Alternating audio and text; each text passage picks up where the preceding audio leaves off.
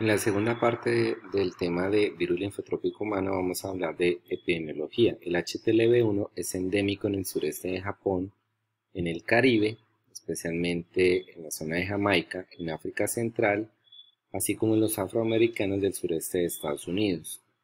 Por ejemplo, en Okinawa, en Japón, hasta el 35% de los casos de la población tiene HTLV, con una tasa de mortalidad del doble para leucemia. ¿Los niños cómo se pueden infectar? Pues al momento de nacer o por lactancia materna. Por eso es una de las contraindicaciones para la lactancia materna que la madre tenga infección por este virus. Los adultos se pueden infectar por vía sexual. Hay otras formas que se han descrito, por ejemplo en Estados Unidos, también con usuarios de drogas intravenosas y transfusiones de sangre, y en general son los mismos factores de riesgo que para el virus de inmunodeficiencia humana. Se considera un área endémica de HTLV1 cuando entre el 2 y el 10% de la población adulta sana está infectada por este virus.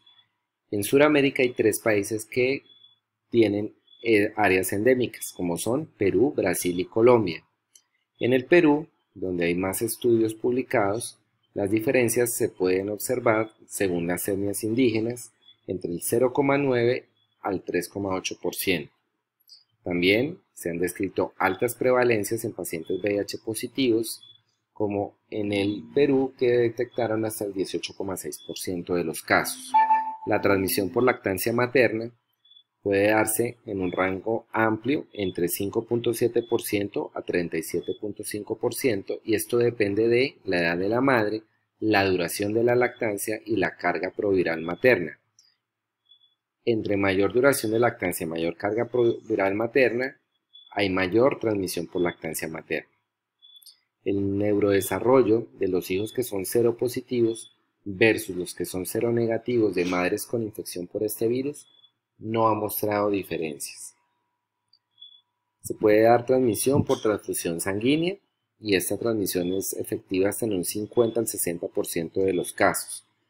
El riesgo disminuye cuando la sangre se mantiene almacenada durante más de una semana. No ha habido transmisión a través de hemoderivados acelulares, por ejemplo, plasma. La transmisión se da por agujas contaminadas, pero es muy poco efectiva.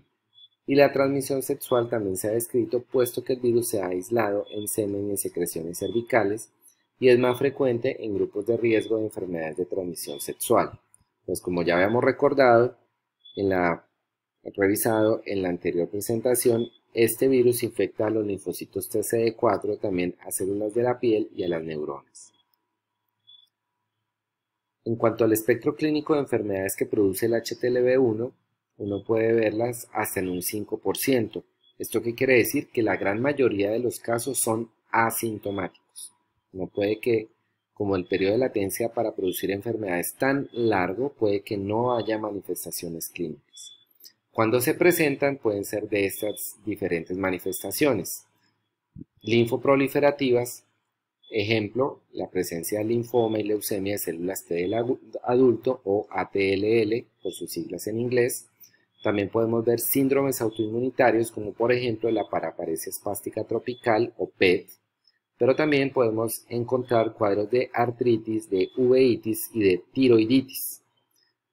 Es también común encontrar infecciones asociadas a inmunosupresión por estrongiloidiasis y por sarna noruega o escabiosis, y en niños es una patología que se puede ver con cierta frecuencia, son las dermatitis crónicas infectivas, que se considera que preceden a la leucemia y linfoma de células T del adulto. La clínica de la leucemia y linfoma de las células T del adulto usualmente empieza con una infección que es asintomática. Más o menos 1 de cada 20 personas que están infectadas por HTLV1 desarrolla leucemia o linfoma de células T del adulto en un periodo variable entre 30 a 50 años después de la infección. Esto da que más o menos los varones aparecen con este tipo de leucemias entre los 50 a 60 años de vida. Y por ejemplo, en áreas hiperendémicas de Japón, el riesgo de presentar este tipo de leucemia es variable entre el 2% al 4%. En Jamaica, el riesgo es del 4% si adquiere la infección antes de los 20 años de edad, y en el Perú, cerca del 10% de los linfomas no Hodgkin están asociados con la infección por el HTLV1. Leucemia, linfoma de células T del adulto, es una neoplasia de los linfocitos TCD4 que puede ser tanto aguda como crónica.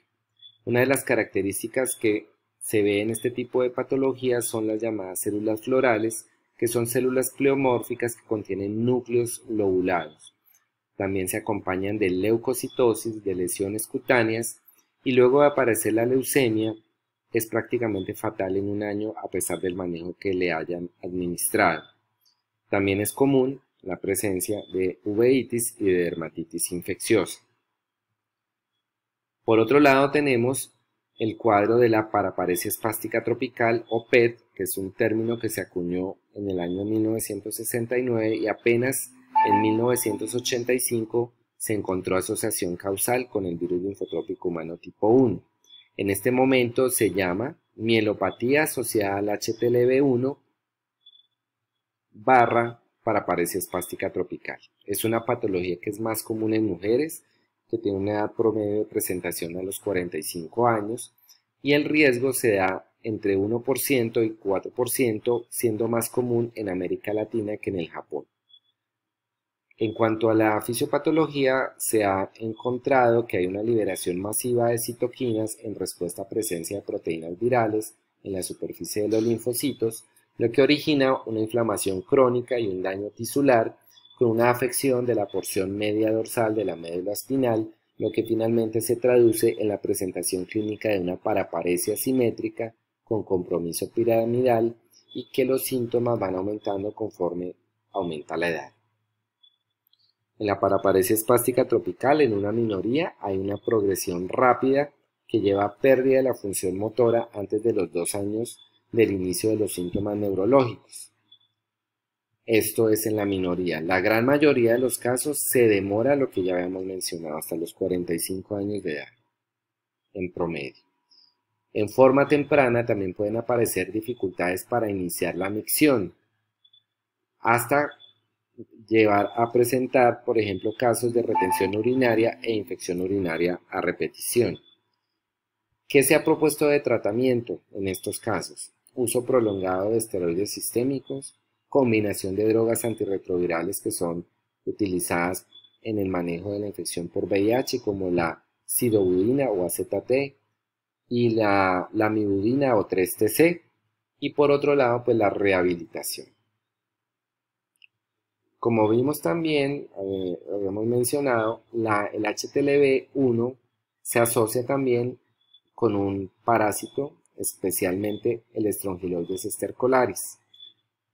Esta parasitosis se comporta como oportunista en pacientes que tienen HTLV1.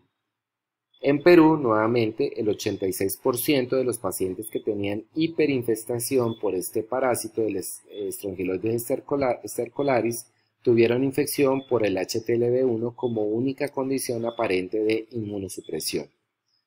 También, en forma característica, hay una menor respuesta al tratamiento convencional con tiabendazol o con ivermectina, que son antiparasitarios que se utilizan para el manejo de esta patología parasitaria. También se ha asociado con la escabiosis, que es básicamente causada por la diseminación del Sarcoptes scabiei. Nuevamente, en los estudios peruanos, encontraron que el 69% de los casos de escabiosis se asociaron en forma concomitante con infección por HTLV1. ¿Por qué les hablo tanto de Perú? Porque allá hay un investigador que se llama el doctor Gotuso. Usted lo puede encontrar con Z, Gotuso doble Z. Él es un investigador peruano que ha hecho muchos trabajos, no solamente en HTLV, sino en todo lo que son enfermedades tropicales. Tiene un instituto que está asociado con alguna de las instituciones más prestigiosas de Estados Unidos para formar médicos en todas estas patologías que son más comunes en el trópico. Entonces él tiene bastantes publicaciones Entre esas, pues esta que aquí está mencionada, que ya tiene sus años, pero que es muy valiosa en cuanto a la información que presenta. También se ha asociado con tuberculosis. En estudios hechos en Brasil, se encontró que la coinfección entre HTLV1 y tuberculosis mostró un curso clínico más grave que los pacientes que tenían únicamente tuberculosis.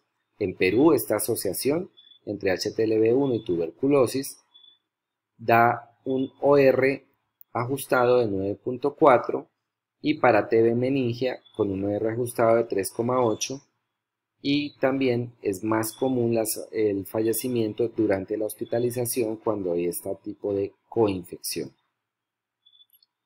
En niños, ya lo hemos mencionado, podemos ver este tipo de patología que se llama dermatitis crónica infectiva, que ustedes ven acá en pliegues o alrededor del pabellón auricular, ven todos los cambios inflamatorios que presenta. Entonces fue descrito inicialmente en el año 1966 por Sweet y da básicamente características de eczema recidivante, en la cual hay infecciones cutáneas por bacterias como Staphylococcus aureus o Streptococcus beta hemolíticos, que que mejoran temporalmente con antibiótico, pero que luego de la suspensión de los mismos reaparecen. Se asoció con el HTLV1 a partir del año 1990, son infrecuentes en adultos, dan lesiones simétricas en cuero cabelludo, en cara, en ingles y en brazos, y mejoran con el tratamiento, pero como ya les mencioné, recidivan luego de suspenderse.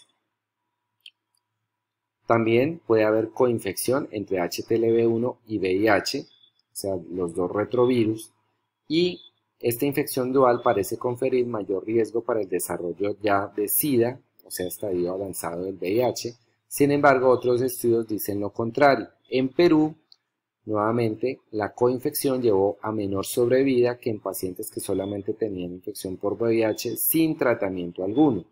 Entonces, si tenían coinfección HTLV1 y VIH, la sobrevida era de 5 más o menos 3,27 meses frente a 10 más o menos 4,4 meses si solamente tenían el VIH.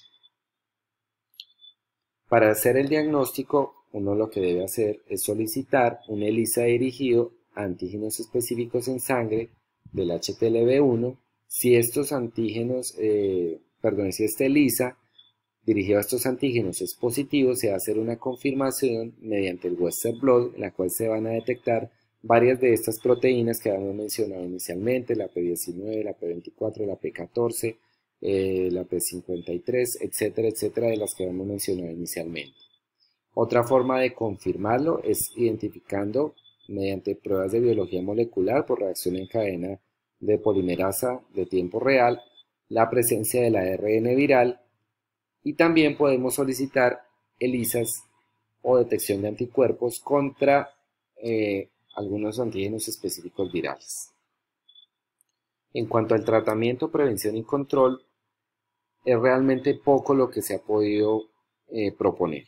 En el caso de la leucemia o linfoma de células T del adulto, se ha mencionado el uso de sidobudina interferón alfa con efecto en algunos pacientes, pero usualmente esta es una patología que se considera que no tiene un tratamiento antiviral. Se debe hacer básicamente énfasis en prevención, como en VIH, con el uso de preservativos, el temesaje en hemoderivados y en prohibir la lactancia materna. Aquí vemos un caso clínico que tuvimos en la clínica de una niña de 12 años de edad procedente de Tumaco, que fue valorada en el marzo del 2018. Ya venía con el diagnóstico de una artritis juvenil poliarticular asociada a este virus, para lo cual había recibido rituximab, que es un bloqueador de los linfocitos B, en 2 dosis, y que seguía en manejo actual con prednisolona y metotrexato. Adicionalmente, tenía anemia crónica, desnutrición proteico-calórica severa, vasculitis sistémica, se han encontrado larvas de estrongilosis circulares en heces en febrero del 2018, había presentado una hemorragia alveolar difusa para que ha sido necesario uso de plasmaferesis y lavado broncoalveolar, se había demostrado infección activa por citomegalovirus, se había presentado varicela complicada y además baciloscopias ácido alcohol resistentes, para lo cual había recibido manejo tetraconjugado. Aquí vemos el examen físico en general en ese momento no era un examen físico alterado, pero sí queríamos demostrar ¿Cuál es la presentación?